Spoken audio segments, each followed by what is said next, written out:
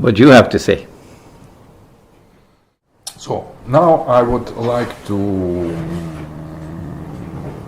express, first of all, our fascination of your exposition, and to say some words concerning Russian Orthodox eschatological vision of the situation.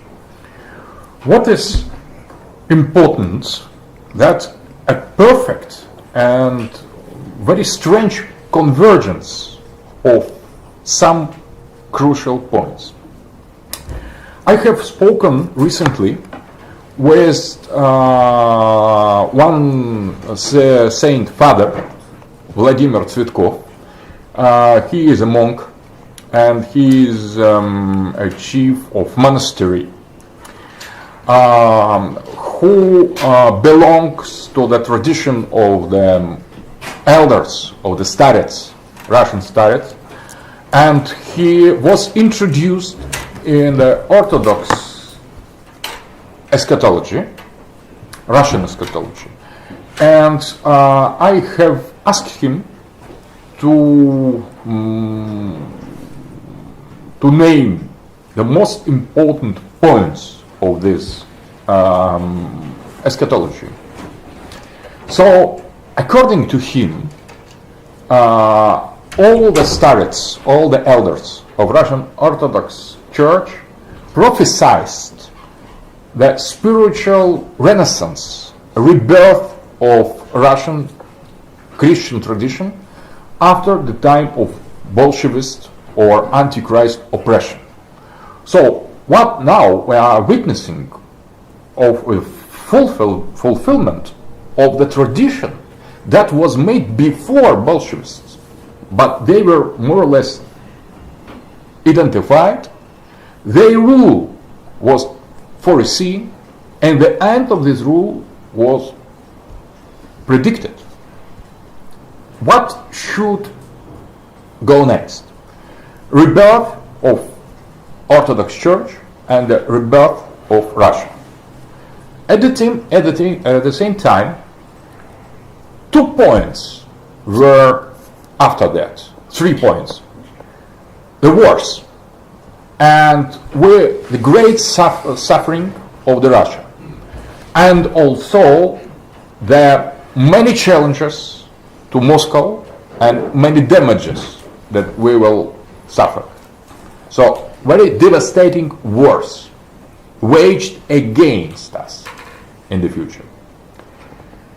After reconquest of the Constantinople, precisely that the elders of Russian Orthodox Church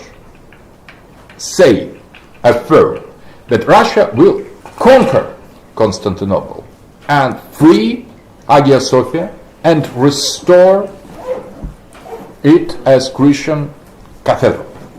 But that will be in the animosity against Western Christianity that is recognized as a kind of fallen branch of our church. So it is all concerns only Orthodox Eastern Christian tradition. And the last thing, that was the great war against Israel and the reconquest of Constantinople. So there are not Muslims mentioned expressly, but that rebirth of Christendom in Russia, reconquest of Hagia Sophia in Constantinople, and the war against Pax Judaica. And in all these predictions, the rule of the international Jewry was recognized as the sign of the end of the time and as the representation of the rule of the Antichrist. So there is perfect convergence with what you have said, and that is also quite opposite to what Salafi Muslims affirm, because they are for alliance with the West and against so-called Russian oppression against Muslim minority. So we have two global visions, not one Christians, the other Muslims, but two global visions, one Muslim Christian that you defend and we defend, and the other Muslim Christian vision that is defended by Westerners, the Zionists, and the Jews. So you have promptly pointed out that the idea of the Jews is not the all of them. No. So and that gives the possibility to regard the third monotheistic phase as double. So they are part of the Jews. They will be, I think that major part of the Jews will be on other That's right.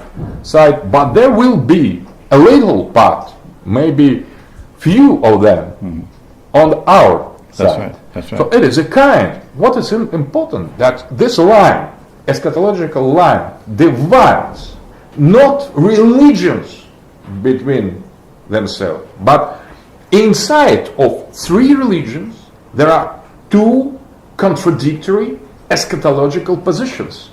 Only two in Islam, represented by Sheikh Imran Hosien, and by, I have spoken some days ago with President of Iran, Mahmoud Ahmadinejad, personally, and he confirmed absolutely eschatological vision. The only difference in the vision of Imran Hosien and Ahmadinejad, the role of Mahdi played in this situation, because Imran Hosien stresses the point of the return of the Jesus, and the Iranian stress the point of return of Mahdi.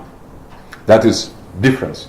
But geopolitically speaking, that is absolute convergency between Iranian eschatology and eschatology expressed by Sheikh Imran Hosien. There is the same difference, the dividing line in Christianity, Western and Eastern, and there is the same line, more deeper maybe and not so obvious, inside of Judaism. One part of Judaism that is Zionist, Pax Judaica, and the other that we could presume to be different. So I would like to thank you for your exposition.